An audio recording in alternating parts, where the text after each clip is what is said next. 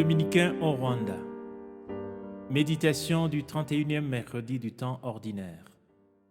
Celui qui ne renonce pas à tous ses biens ne peut être mon disciple.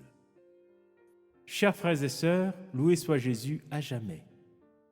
Dans l'évangile d'aujourd'hui, Jésus souligne que les chrétiens doivent le suivre de façon radicale et cohérente. Pour mieux connaître notre engagement, 3 critères nous sont donnés. Premièrement, est-ce que je donne la priorité à Jésus? Il ne s'agit pas de haïr nos parents ou nos frères et sœurs. Le commandement de l'amour est toujours là. Jésus nous invite à sortir de nos cercles familiers pour le servir dans les plus petits qui sont ses frères et sœurs.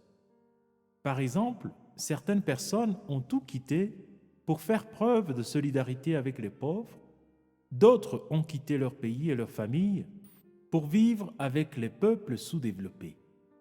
Ces gens ont donné la priorité à Jésus. Deuxièmement, est-ce que je porte ma croix et marche avec Jésus? Dans cette vie, chacun est confronté à un moment ou à un autre à certaines difficultés de l'existence.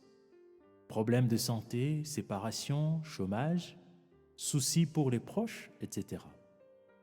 Porter sa croix ne signifie pas mourir sur la croix comme Jésus. Il s'agit plutôt de rester fidèle à la parole de Dieu, bien qu'il faille renoncer à ses ambitions personnelles et parfois faire face à des incompréhensions ou des critiques. Heureusement, Jésus ne nous abandonne pas. Il a lui-même été aidé par un certain Simon de Cyrène au moment crucial de sa douloureuse marche vers le Golgotha. Soyons confiants, il nous aidera à accomplir notre mission. Troisièmement, est-ce que j'ai assez de ressources pour réaliser mon projet de suivre Jésus?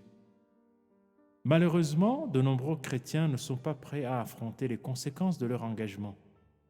À la moindre difficulté, ils déposent leur croix et attendent des jours meilleurs. Parfois, les séductions du monde ralentissent l'engagement envers Jésus.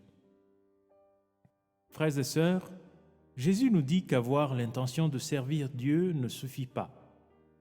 Nous devons mettre en œuvre nos bonnes intentions et nous évaluer régulièrement. Après chaque mois, par exemple, nous devrions nous demander « Comment était mon engagement envers Jésus dans ce mois qui prend fin? Est-ce que je veux encore servir? Quels sont mes défis? Quelles sont mes ressources? En santé, en temps, en argent, etc. » Comme l'a dit sainte Thérèse de Calcutta, nous n'accomplirons peut-être pas de grandes choses, juste de petites choses avec un grand amour. Prions. Seigneur Jésus, accorde-nous la grâce de faire de petites choses avec un grand amour, guidé par ta parole, car tu vis et règnes pour les siècles des siècles.